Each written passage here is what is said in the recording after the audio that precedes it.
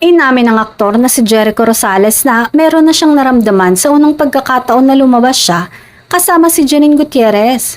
At nagulat din siya na nakakausap niya ito ng mahabang oras. Sa isang panayam kay Karen Davila kamakailan, ibinahagi ni Jericho na una niyang hiniling kay Janine na gumawa ng script reading bilang paghahanda sa kanilang mga tungkulin bilang mag-asawa sa revenge drama na Lavender Fields. Ibinahagi ni Jericho na noong una ay naisip niya na si Janine ay napakabata para sa kanya para makipag-date. Akala ko 24 lang siya. Sabi ni EJ, yung makeup artist ko, 24 na siya. Ano, okay. Alam mo yon, bye, hindi ako nakikipag-date sa isang 24 years old na babae. Pero sinearch niya sa Google kung ilang taon na si Janine. At nalaman niya na hindi 24 ang aktres. At sabi niya sa sarili niya na pwede naman pala.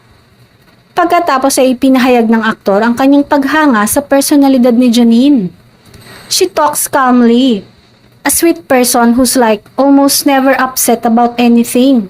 She handles herself really well with such humility. Siya ang ganitong uri ng tao na okay, ang isang hindi ay isang hindi. At ang isang oo ay isang oo. At alam niya ang kanyang mga desisyon at ginagawa niya ito sa isang napaka-smooth and soft, tender na uri ng paraan. Pahayag ng aktor. Noong nakaraang buwan, ibinunyag ni Jericho na nagde-date na sila ni Janine matapos silang makita sa mga pampublikong lugar sa magkaibang okasyon.